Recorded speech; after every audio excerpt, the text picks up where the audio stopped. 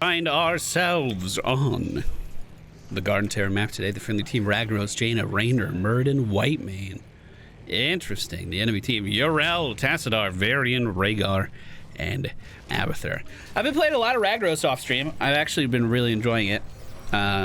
It's such a well-rounded character, dude. He can kind of just do anything, and he does it well. He does it really, really well. We are going to go for Engulfing Flame. I do really enjoy the E-build. It's funny how that's progressed, because at the beginning I thought E-build was garbage, and then there have been changes to a lot of other talents along the road, to be fair.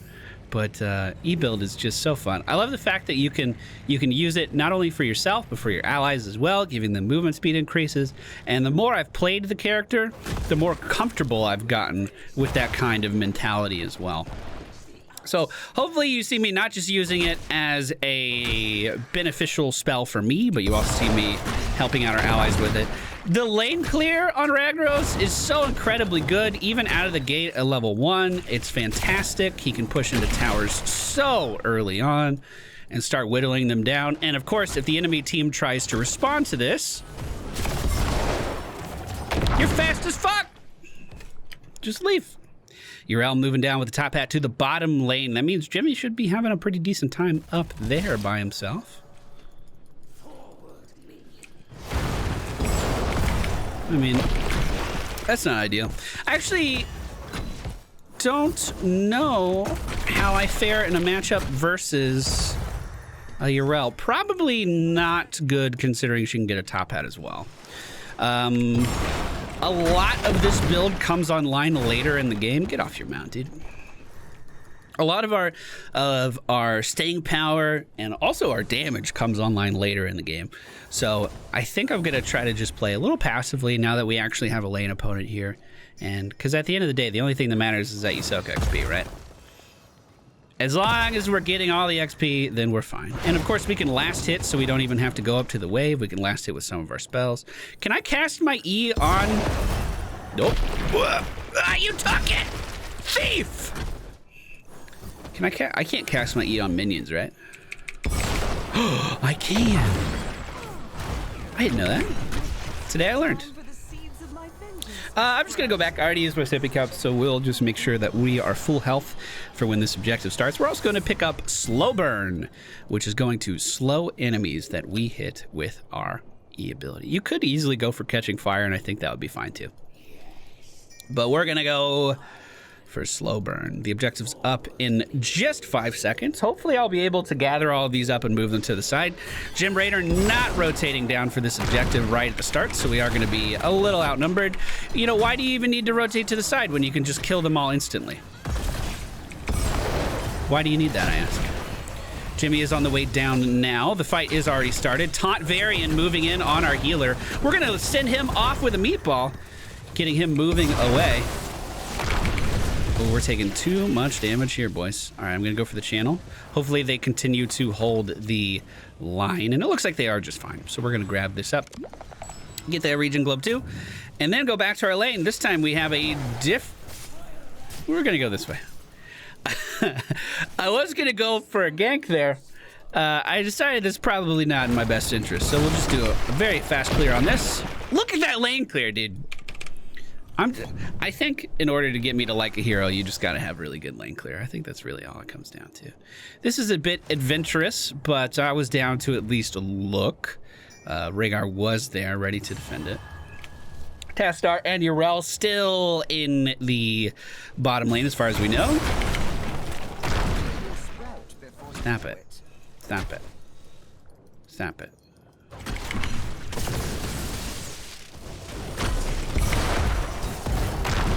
We should be fine. That wall could have been pretty deadly, though. I really wanted to go take a mercenary camp prior to this, but it looks like we're going to be halted on that just a little bit. We are going to grab blistering attacks at level 7. The enemy team is in a pretty good spot to pick that up, and Jimmy died just before the objective, so maybe we don't even go for this one, based on how fast they actually get to it. They don't seem to be in a rush, though. We might be able to get up there in time, like no problem. Also, on the way up, I can clear middle. Hey! Love to see it. Could have given the movement speed increase to Jaina there, and it certainly would have been good. Yrel staying in. Top Hat Yrel does so much damage. I'm going to focus on clearing because it's what I'm good at. And now, since Jaina is channeling, we'll try to zone as best as we can. We kept Varian back momentarily. Was it enough? Yes, it was. My life for ire, though. Oh, these walls are actually pretty good. Pretty good walls. So, if we respawn, we cannot take this camp. We cannot take that camp. We have good map pressure, but they have an Abathur to deal with it. So, that is... we're actually a little behind on XP. I'm really surprised by that. We're also down 2 kills, which I'm surprised by as well. I'm going to head up here to this mercenary camp. I can get that just fine. Every lane is being soaked, aside from Jaina, who's leaving the lane now to help me with the camp. All right. I mean, we're actually not the fastest clear, huh? So, they were feeling adventurous. Rightly so, I guess. Rightly so. I have to stay up and clear that. We can't just let that push. So I'm going to be a little late to the objective. We got the first 2, though, so it's not the end of the world. Maybe we just soak to level 10. The enemy team is ahead on XP. They're definitely ahead on XP. And they have their heroics now, so I'm just going to hang out in the top lane, I think. Hang out up here. So, is there anything else on the map that I can actually do to be a little effective at the moment? Not really. We can push into this tower pretty hard, though, because the enemy team is so far away. That being said, Yrel with the Abathur top hat can appear at any time. We do see them in middle. I'm gonna grab Lava Wave and send that bottom. If we can find out where Abathur is, I might just focus all of my Lava Waves on him. Bye. Okay, we're dead. Okay. All right, so we're just dead, huh? No, no. You don't get it. You don't get it. The tower gets it. Does that deny XP in this game, by the way, or is it just if a player fucking dies, it's over? 13 seconds until I'm back up. We're going to be able to make our way over to this, no problem. Lava Wave on a 75-second cooldown is a pretty long way away from being ready. Do we see any signs of Abathur? We do not. That could mean he just moved. Or it could mean that he's... Oh, he's bottom lane. He's really far back in the base bottom. Interesting. Now, because I did go for Lava Wave, it is a macro-oriented heroic ability. We're not going to have quite the staying power in these team fights that we potentially could have. But still, we have a pretty good amount. The bubble coming out from Yrel is protecting her for the time being. I'm going to channel. That's what I'm going to do. I'm going to channel. I was going to move down and take over a building, but it doesn't look like that's necessary. First curse of the game is going to the friendly team. However, this fight, all of a sudden, not looking that great. Let's move in on top of Yrel again. She is going to jump out, and the Abathur copy is being formed. 2 Tassadars up here. We'll just take it out. No problem. Bottom lane is where Abathur is. We do see him on the map right now. Good walls. However, I don't know if we really use our ult right now. Maybe we just reinforce middle with it. I mean, they're clearing bottom. We'll reinforce top with it. No one's top defending, so theoretically that gets more value, right? Than a lane that had people just kind of standing around in it. Mana's not the best. I'm going to go ahead and see myself out. We can give a speed boost before we leave, though, but I think I'm just gonna go. That bottom building is getting really low. Looks like the mercenary camp should be able to finish it off. The Abathur does not have Mule, so any damage we do to buildings is going to stick like normal. He's not going to be able to heal it up.